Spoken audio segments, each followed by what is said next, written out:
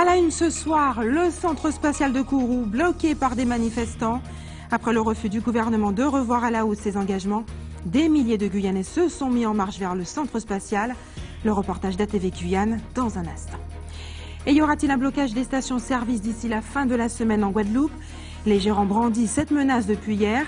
En cause, la non-revalorisation de leur marge depuis près de 10 ans. Patrick Collet, président de l'organisation patronale des gérants de stations-service, sera notre invité. Et la qualité de l'air est très mauvaise dans notre archipel. L'association Guadair a déclenché l'alerte rouge depuis hier. Comment se protéger des particules fines très néfastes pour la santé? Le reportage de Karen Diamin est à venir. Et enfin, le mauvais temps aura perturbé le début du grand show nautique du Gosier. La manifestation qui devait donner le la de la Carugette en ciblant la sécurité et le sauvetage en mer n'a pas eu le succès escompté. Bonsoir et bienvenue sur ATV Guadeloupe. La fusée Ariane 5 restera au sol tant que la Guyane ne décollera pas. Voici ce qu'a affirmé l'un des porte-parole des 500 frères cet après-midi. À la suite de la mobilisation qui a rassemblé des milliers de Guyanais, le cortège s'est rendu au centre spatial de Kourou, principal poumon économique de la région. Depuis, ils occupent les lieux, déterminés à obtenir l'enveloppe de 2,5 milliards d'euros demandée au gouvernement. Reportage Natacha Maltaverne, Jonathan Lariot. Ils sont des milliers à marcher sur la route du centre spatial guyanais.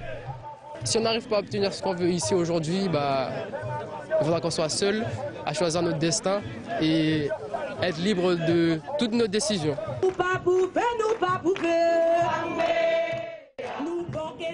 Au son des tambours et des chants, le collectif dévoile le nouveau symbole de la mobilisation. On en a marre, ça suffit. On en a marre qu'on soit traité comme tout le monde et qu'on nous donne ce qu'on nous doit, c'est tout. Mais c'est bon qu'ils arrêtent parce que sinon, voilà, ça n'ira plus, qu'ils arrêtent. À quelques mètres des grilles, le directeur du CSG attend une délégation. Sous le regard vigilant des gendarmes, 30 membres du collectif et des élus entrent. L'entretien durera une demi-heure. Léon Bertrand, le doyen des élus, s'adresse le premier au directeur du CNES. Cet ancrage, quelque part, vous oblige à jouer ce rôle d'intermédiaire concernant la Guyane. C'est encore la dernière possibilité. Je sais que le président de la République a encore quelques marges de manœuvre. Nous avons reçu une fait de non-recevoir de la part de M. Cazeneuve, mais le président Hollande a encore des possibilités, d'autant plus qu'il était venu en 2013 ici, annoncer un pacte d'avenir qui n'a pas abouti. Le collectif demande 3,1 milliards d'euros pour le plan d'urgence. Le gouvernement a acté 1 milliard. À la veille du Conseil des ministres, le message du collectif est très clair. Aucune fusée ne pourra décoller à partir d'aujourd'hui sans que la Guyane puisse avoir un retour sur l'ensemble des revendications qu'on a portées jusqu'à vous. Merci. Autour de la table, plusieurs membres prennent la parole. Elle revient en dernier au directeur du centre spatial guyanais.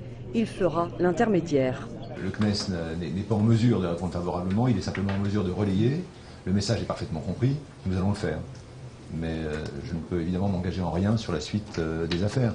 La réponse est largement dans les services de l'État. Malgré cette nouvelle démonstration de force, le collectif est toujours dans l'attente d'une réponse.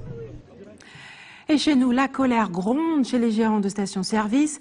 Exaspérés de ne pas voir leur marge augmenter depuis 10 ans, ils menacent de cesser la distribution de carburant d'ici la fin de la semaine. Ont-ils raison de vouloir fermer pour protester? C'est la question qu'ATV Guadeloupe vous a posée. On écoute vos réponses. Bon, oui et non. Vu la conjoncture actuelle, vu ce qui se passe actuellement dans la Caraïbe, ils sont obligés. Parce qu'aujourd'hui, le gouvernement, il ne donne pas grand-chose. C'est leur bien, ils ne peuvent pas nous prendre en otage. On est des clients. Chacun a le droit de gréver, donc oui, si c'est légitime, pourquoi pas. Oui, avec un grand oui. Pourquoi? Je vais vous dire, parce que ça fait un bon moment que les multinationaux nous bouffent. Ça veut dire qu'on fait ce qu'on veut avec nous. L'essence il descend, le gaz il descend, il remonte, il descend. Mais c'est quoi? Il faut arrêter de jouer avec nous. Ils ont qu'à faire grève. Peut-être qu'ils ont pas une raison à eux d'un côté. Parce que sinon ils ont fait grève inutile en quoi. Franchement, non. Je pense pas non parce que Après, c'est sûr qu'on ne connaît pas leur portefeuille, mais je pense qu'ils n'ont pas besoin de fermer pour protester. Parce que il n'y a pas couillon. Si on ferme, après, à passer, on perd plus d'argent que nous-mêmes. Parce que moi, ça me fait perdre du temps. Et je veux toujours avoir de l'essence. Et ça ne m'arrange pas. Bah, c'est pas normal que les gros s'enrichissent et que les petits cognent. C'est pas normal. Donc c'est tout à fait normal qu'ils ont des gens, ils ont à peu près 1 millier de personnes qu'ils emploient. Il faut qu'ils aient une marge pour pouvoir quand même vivre, etc. Parce que c'est des patrons, ils ne doivent pas faire de grève. C'est les ouvriers qui font la grève. C'est comme le 14 juillet, ça vient en fête nationale. Quand on vend, chaque année, nous avons une fête nationale, c'est essence. Donc si c'est un qui ça, bon ben, on fait comme ça, qu'est-ce que tu veux qu'on fasse? Et y aura-t-il un blocage des stations-service d'ici la fin de la semaine? C'est ce que nous allons tenter de savoir avec notre invité ce soir, Patrick Collet. Bonsoir. Bonsoir. Merci d'avoir accepté notre invitation. Vous êtes le président du groupement, en tout cas des gérants de stations-service en Guadeloupe. Vous avez entendu les réactions tout à l'heure. C'est la fête nationale. Chaque année, il y a une grève des gérants de stations-service. Quelle est votre réaction en entendant justement les Guadeloupéens s'exprimer sur le sujet? Ce que j'ai surtout entendu, c'est qu'une grande majorité des automobilistes comprennent nos problèmes. Et ce que je tiens à dire, c'est que si nous décidons de fermer nos entreprises, je dis bien si nous décidons de fermer nos entreprises... Ce soir, la décision n'a pas encore été prise? C'est-à-dire qu'elle a été validée en Assemblée générale. Elle a été validée en Assemblée générale. Mais bon, on va en reparler tout à l'heure. Mais moi, ce qui m'importe ce soir, c'est d'expliquer les raisons de la colère des gérants. Il faut savoir que depuis pratiquement 2 ans, nous alertons le ministère des Outre-mer sur nos problèmes. Depuis 10 ans, je dis bien 10 ans, nous n'avons pas obtenu une revalorisation de notre marge. Donc, ce qui veut dire que nos charges ont augmenté, les salaires ont augmenté de plus de 500 €. Et l'année dernière, nous avons assisté à 3 dépôts de bilan. Il y a 3 gérants qui sont partis avec une main devant, une main derrière. Et lorsque vous êtes gérant de station-service, lorsque vous partez, lorsque vous déposez le bilan, vous n'avez pas de droits syndic. Mais de surcroît, vous gérez un fonds de commerce qui ne vous appartient pas. Donc aujourd'hui, ce que je dis, je tiens à alerter la population, c'est que nous vivons une situation très difficile. Et la grogne des gérants, ou du moins ce qui a fait déborder le vase, c'est le fait que nous avons appris que les multinationales, les compagnies pétrolières ont obtenu une substantielle revalorisation de leur marge de gros. Alors comment on explique cette situation? Ce qui veut dire que les gros, on leur donne encore plus, et les petits, on les tue. Comment expliquez-vous cette augmentation pour les compagnies pétrolières et pas en faveur des gérants de stations-service? Je serai très factuel. Vous savez, pendant des mois et des mois, on nous a bassiné avec un décret, le décret Lurel. Et je le dis, mais calmement, le décret Lurel, c'est un décret qui est au service des compagnies pétrolières et du grand capital. Alors attendez, je vous reprends, parce qu'à l'époque, les compagnies pétrolières étaient opposées à ce décret, et d'ailleurs leurs marges ont été largement diminuées, leurs bénéfices également. Ils étaient contre le gouvernement, contre ce décret en 2013. Là, vous m'apprenez quelque chose. Vous m'apprenez quelque chose. Vous ne saviez pas qu'ils étaient contre ce décret? Mais ça veut dire que les marges des compagnies pétrolières et qu'il y avait une guerre larvée entre Victorin Lurel et ses compagnies? Mais ça, c'est de la plaisanterie. Les marges des compagnies pétrolières n'ont jamais été baissées. Elles n'ont pas été rognées. C'est pas vrai.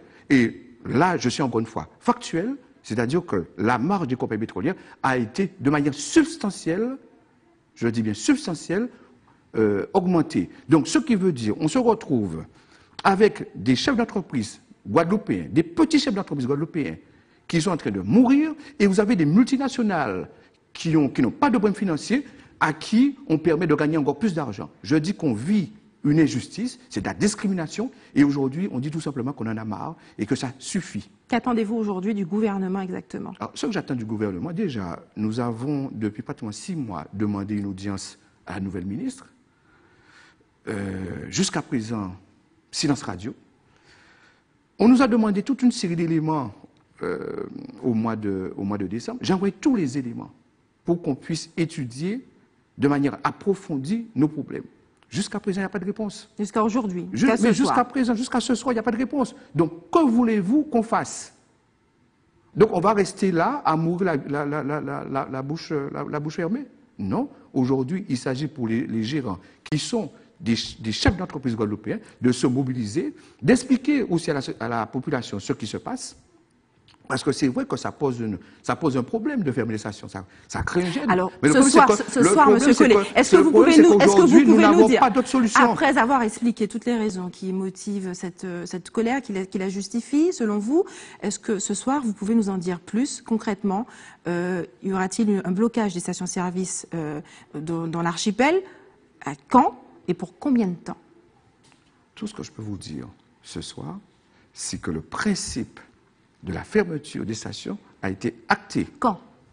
On parle de d'ici la fin de la semaine, vendredi, samedi, dimanche? Je ne peux pas encore répondre à cette question. Qu'est-ce qui vous empêche de répondre à cette question? C'est-à-dire qu'on doit encore se voir avec les gérants, on doit encore discuter, mais le principe est acté.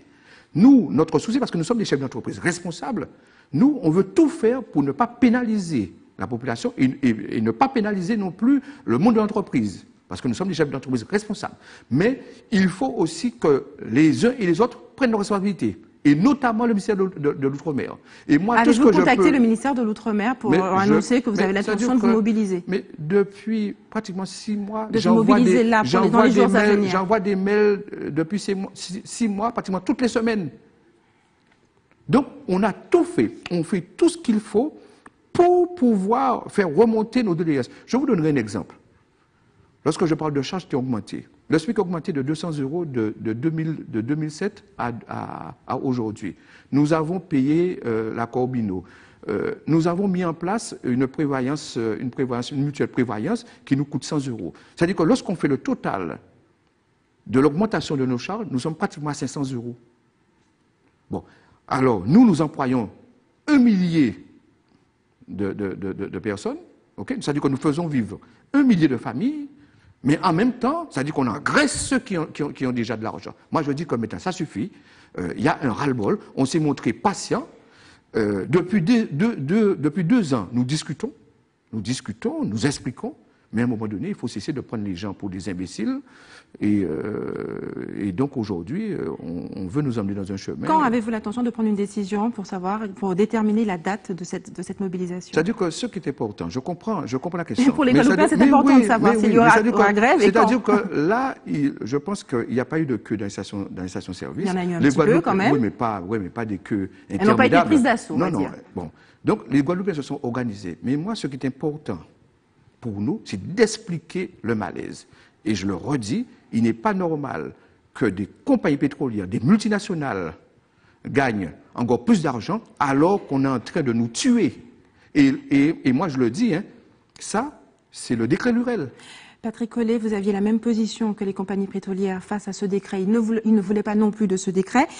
Dernière question, les autres organisations syndicales de la Guadeloupe doivent tenir un meeting de soutien à la Guyane dans la perspective de créer un mouvement d'ampleur dans le département. Ils sont en train de préparer d'ailleurs une plateforme de revendication. Irez-vous les rejoindre? Mais vous savez, moi je suis le patron d'une organisation patronale. Je suis le patron d'une organisation patronale. C'est-à-dire que moi, je défends les intérêts... Le contexte social est assez particulier. On a un sentiment de déjà-vu, comme de 2009. Est-ce que vous irez rejoindre les autres organisations syndicales? Je vous dis que chacun est dans sa logique. Moi, pour l'instant, je défends les intérêts des gérants de stations-service. C'est tout. Donc, j'ai entendu parler effectivement de réunions au niveau syndical. Mais bon, moi, je défends les intérêts des gérants. Donc, il n'y a pas d'amalgame. Je vous remercie, Patrick Collet, d'avoir accepté de répondre à nos questions ce soir. Depuis hier, les consommateurs ont accès aux résultats des contrôles sanitaires réalisés depuis le 1er mars 2017 dans tous les établissements de la chaîne alimentaire. Une application nommée Alim Confiance, où on peut, depuis son téléphone, vérifier les notes d'hygiène des établissements comme les restaurants, les cantines, ce genre de choses. Plus de 1500 adresses sont répertoriées. Linda Kayarse nous en dit plus. On regarde ensemble. Depuis votre ordinateur ou votre smartphone, rendez-vous sur l'application ou le site internet Alim Confiance. À l'aide d'une carte interactive, vous pourrez rechercher le nom d'un établissement, restaurant, boucherie et connaître la date de la dernière inspection et le niveau d'hygiène. Les résultats des contrôles d'hygiène dans l'alimentaire sont rendus publics sous forme de smiley, des étiquettes bleues ornées de smileys blancs répartis sur 4 niveaux, très satisfaisant, satisfaisant, amélioré, à corriger de manière urgente. Seul le dernier niveau sera synonyme de fermeture. Pour les abattoirs, il s'agira d'un niveau de maîtrise sanitaire de l'établissement, puisque le résultat du contrôle concerne également le respect des normes en matière de protection des animaux. Enfin, pour les établissements de production et de transformation, le niveau d'hygiène sera également accessible par la saisie du numéro d'agrément estampille sanitaire. Chaque jour, de nouveaux résultats de contrôle officiels sont ajoutés et accessibles sur le site et ainsi que sur l'application smartphone. Et les entreprises non plus ne sont pas à l'abri des arnaques. En Martinique, plusieurs commerçants du centre-ville de Fort-de-France ont reçu un courrier leur proposant de faire des travaux d'aménagement pour permettre l'accessibilité aux personnes à mobilité réduite. Mais voilà, les aménagements n'ont pas été réalisés malgré certaines sommes déjà versées. On regarde le reportage de Guy-Raphaël René d'ATV Martinique. Il y a environ un mois, ce commerçant a évité l'arnaque de peu. Une entreprise lui a proposé ses services par courrier afin de mettre aux normes sa boutique pour faciliter l'accès aux personnes à mobilité réduite. Mais plusieurs petits détails ont éveillé ses soupçons. D'abord, le fait que je reçois ce courrier sans enveloppe. Et c'est ça qui m'a déjà interpellé, parce que je croyais que c'était un prospectus, donc c'était de la publicité. Donc quand je jette un petit regard. Et puis quand je regarde l'entête, je me dis, mais c'est quoi, ça n'est pas de la pub. Et effectivement, je parcours, je vois à ce moment-là que c'est un organisme, puis il me demande de prendre contact avec eux, parce que, bon, il faudrait que je me mette à jour à niveau de l'entrée de mon commerce, ceci, cela. Alors j'ai trouvé ça quand même un petit peu bizarre, qu'on puisse déposer un courrier comme ça, carrément, sans enveloppe, sans rien du tout, et là, ça m'a interpellé. Si celui-ci n'est pas tombé dans le panneau, ce n'est pas le cas d'autres qui n'ont pas voulu témoigner et qui ont eux aussi reçu ce courrier. Néanmoins, il est encore possible d'éviter des sanctions en régularisant plus vite le dépôt de votre déclaration. C'est un courrier qui vous annonce d'abord les sanctions que vous encourez, de 45 000 € à 225 000 €, qui vous mettent dans une situation d'anxiogène. Bien évidemment, un rappel sommaire des obligations et détail des sanctions administratives et pénales, une démarche pour ferrer le destinataire, des propositions de solutions derrière. Donc forcément, quand on vous propose ça, pour éviter le pire, donc vous allez essayer de comprendre, mais en essayant de comprendre ce qui se passe, en fait, vous êtes ferré, vous êtes pris au piège. Plusieurs de ces entreprises restent dans l'anonymat quand le contact est pris par téléphone, mais d'autres sont connues et ont eu le temps de percevoir certaines sommes auprès des commerçants. Quand une fois que vous avez payé, ils se portent aux abonnés absents. Dans ce cas-là, la première chose à faire, c'est d'exiger le remboursement de ce qu'on a déjà payé. Et tout de suite se rapprocher de la DEAL ou de la direction départementale de la Martinique pour déposer cette plainte. Puisque une fois qu'on a signalé cette arnaque, en fait, c'est comme une plainte. Et tout de suite, le département se charge de pouvoir endiguer l'entreprise en question qui sévit en la matière. Une affaire qui dépasse le cadre de Fort-de-France. Selon l'UCF, d'autres commerçants en commune auraient subi le même préjudice. Et reste avec nous sur ATV Guadeloupe dans quelques minutes. Coup de projecteur sur la journée de neuro-orthopédie et du handicap chez l'enfant, organisée au CHU de Pointe-à-Pitre. Et puis cap sur le show nautique de la Carvujette à Gautier qui était censé marquer le lancement de l'événement. Mais avant, parlons d'une question qui nous concerne tous, la qualité de l'air que nous respirons. L'association Guader a déclenché depuis hier l'alerte rouge pour pollution de l'air. Savez-vous quoi faire en cas de déclenchement d'un tel niveau? Karen Diamin vous explique tout, on regarde. En provenance du Sahara, les brumes de sable observent depuis quelques jours une augmentation alarmante. Depuis dimanche, nous avons lancé le niveau orange parce qu'on dépassait le seuil d'information et de recommandation. Les brumes se sont intensifiées hier lundi et donc la préfecture a lancé le niveau rouge d'alerte. Effectivement, samedi, on avait une bonne qualité de l'air et entre samedi et dimanche, on a eu l'arrivée d'un épisode brumeux en provenance des déserts d'Afrique et donc les concentrations en particules se sont élevées. Donc on a eu effectivement beaucoup de particules, beaucoup de poussière actuellement depuis dimanche jusqu'à aujourd'hui. Face à cette alerte rouge émise il y a 2 jours, savez-vous seulement comment réagir? Non, pas vraiment. Parce qu'en fait, mon fils, il a fait le test ce matin et c'est négatif. Alors, bon, on n'a pas cherché à savoir qu'est-ce qu'il faut faire. Mais quand même, vous allez prendre des précautions vis-à-vis de votre fils? Pas vraiment, vu qu'il n'est pas allergique, alors pas vraiment. Éviter de faire beaucoup d'efforts au moment quand l'air n'est pas valable. Éviter il y a plusieurs critères. Il faut limiter les déplacements et les limiter aux déplacements obligatoires. Il faut éviter les activités sportives importantes. Donc quand on est dehors, on peut être exposé à ça longtemps. Et puis il faut prendre son traitement. Plus que jamais, l'assiduité du traitement est capitale. Apparemment, dans mon bébé, nettoyer souvent chez moi, voilà. Balayer, quoi d'autre? En cas de pollution de l'air, il faut mettre des masques pour sortir. Et si on a des choses à faire, il faut absolument comme ça. On ne peut pas rester à la maison, se blottir à la maison alors qu'on a des choses à faire. Le citoyen lambda, il peut vivre normalement. Ce qu'il va quand même éviter, c'est les sports avec beaucoup d'intensité et où il va rester longtemps dehors. Parce ce qu'on sait quand même, c'est qu'au bout d'un certain temps, parce que la brume de sable, à mon avis, ça va faire partie de notre quotidien à partir de maintenant. Et au bout d'un certain nombre d'années, eux aussi vont être embêtés. Parce que les voies respiratoires ne supportent pas ça. Une chose toute simple, quand vous êtes à l'acmé de votre effort, au maximum de l'effort, vous respirez par la bouche. Quand vous respirez par la bouche, les petites particules rentrent directement dans les poumons. Ça, une fois, deux fois, pas de problème. Sur 10 ans, ça peut créer des dégâts et créer de l'inflammation au niveau des bronches. Très intense, voire volumineux. Cet épisode brumeux devrait s'atténuer dès demain. Et direction l'Île-Sœur, où les transporteurs sont déterminés à faire plier Alfred Marie-Jeanne, le président de la collectivité territoriale, concernant la détaxe carburant. Depuis hier, il bloque l'entrée du port et celle de la Sarah, les deux poumons économiques de l'île. Reportage Jean-Marc Dabreux.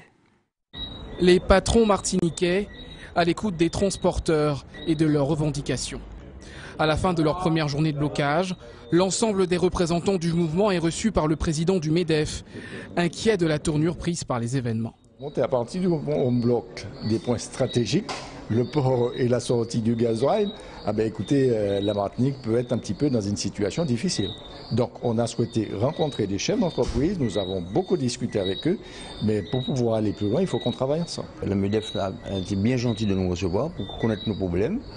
Nous avons envoyé des courriers, on parle des lettres, tout le monde veut nous recevoir maintenant. Nous sommes très heureux que tout le monde nous reçoive pour connaître nos problèmes, mais seulement nous voulons que le président nous reçoive avec la sagesse du monde. Au rond-point de Californie, comme sur celui de la Pointe des Grives, les camions sont toujours en place et les chauffeurs s'apprêtent à y passer la nuit. Comme nous avons vendu des camions spécial France, il y a des couchettes dedans pour les longues distances. Alors comme effectivement nous ne faisons pas de longue distance, nous allons dormir sous le pont. Discussions et échanges sur les revendications rythment le début de la soirée. Et le dialogue inexistant avec la CTM est évoqué. Aujourd'hui, on a déjà fait près de 4 réunions.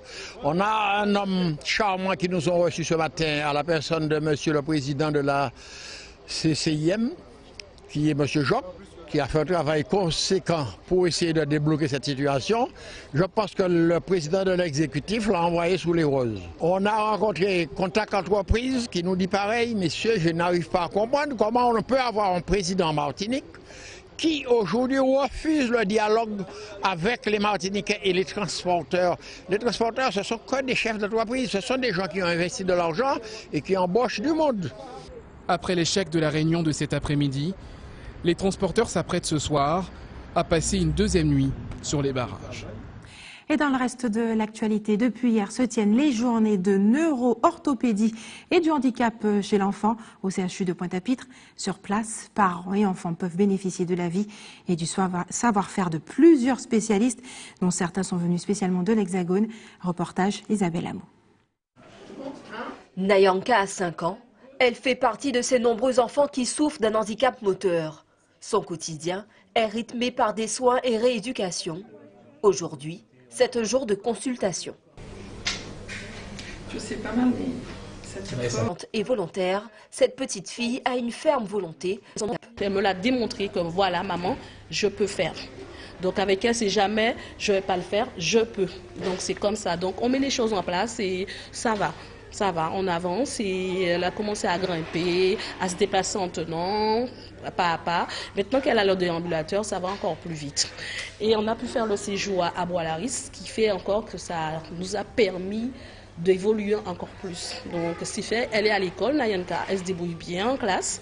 Elle est contente d'aller à l'école parce que ça l'a fait sortir un petit peu de ce milieu de tout le temps de santé, de suivi, de prise en charge. Après 3 mois de rééducation, au Centre de médecine physique et de réadaptation pour enfants de Bois-Laris à Paris, Les efforts de Nayanka se font remarquer. Des nouvelles injections ont été réalisées là-bas et ensuite elle est revenue ici. Et moi ce qui m'a frappé, que je trouve très intéressant, c'est qu'elle a continué en fait, après son séjour de rééducation intensive, à faire des progrès ici. Et même si la prise en charge pour les handicapés moteurs ici est correcte, les professionnels manquent néanmoins d'un autre service. Ce qui leur manque peut-être, c'est de pouvoir avoir un service de rééducation pour enfants qui comme ça permettrait d'une part aux chirurgiens du CHU, mais aussi aux services de soins et au CAMS, de pouvoir s'appuyer dessus pour optimiser les progrès des enfants sans forcément avoir besoin de les envoyer de temps en temps en métropole, ce qui aujourd'hui malheureusement est relativement incontournable. Une doléance qui devrait être entendue par les autorités compétentes au moment même où le nouvel hôpital est en pleine construction. Et le mauvais temps aura perturbé le début du grand show nautique du Gosier. La manifestation qui devait donner le la de la Carujette en ciblant la sécurité et le sauvetage en mer n'a pas eu le succès escompté. On écoute la chargée de projet de cet événement, Amélie Belfort. Pour les 20 ans de la Carujette, la Riviera du Levant a mis en place une série d'animations autour du sauvetage et du secourisme, la Riviera Beach Tour. Donc comme vous le voyez, on a plusieurs stands avec des animations diverses, du SDIS, de la Ligue de sauvetage et de secourisme, mais également de la Brigade des plages de la Riviera du Levant. Pour nous, c'est très important parce que nous sommes un territoire balnéaire. La Riviera du Levant, c'est le Gosier, Sainte-Anne, Saint-François, la Désirade. C'est un territoire de plage et il est important pour nous d'éduquer les populations aux gestes qui sauvent, notamment à l'approche des périodes de Pâques et à l'affluence qu'on attend. C'est un événement qui allie le sport, qui allie l'éducatif, donc le secourisme, le sauvetage, mais aussi un côté un peu plus ludique, un peu plus fun, avec des animations Zumba et Aquazumba. Et des animations prévues justement sur ces villes jusqu'au jeudi 8 avril. Et voilà, c'est l'heure des informations pratiques maintenant. EDF Archipel vous informe, si vous habitez à Petit Canal et Saint-François, que des coupures d'électricité sont prévues demain dans la matinée. Et l'établissement français du sang vous donne rendez-vous demain au centre commercial de Destril en Abemao de 13h à 17h30. Et enfin, si vous avez des informations à nous communiquer, n'hésitez pas à nous appeler au 60 11 2 fois. Et voilà, c'est la fin de notre édition locale et régionale, mais restez sur ATV Guadeloupe, l'information continue avec Eddie Planté pour questions directes dans un instant.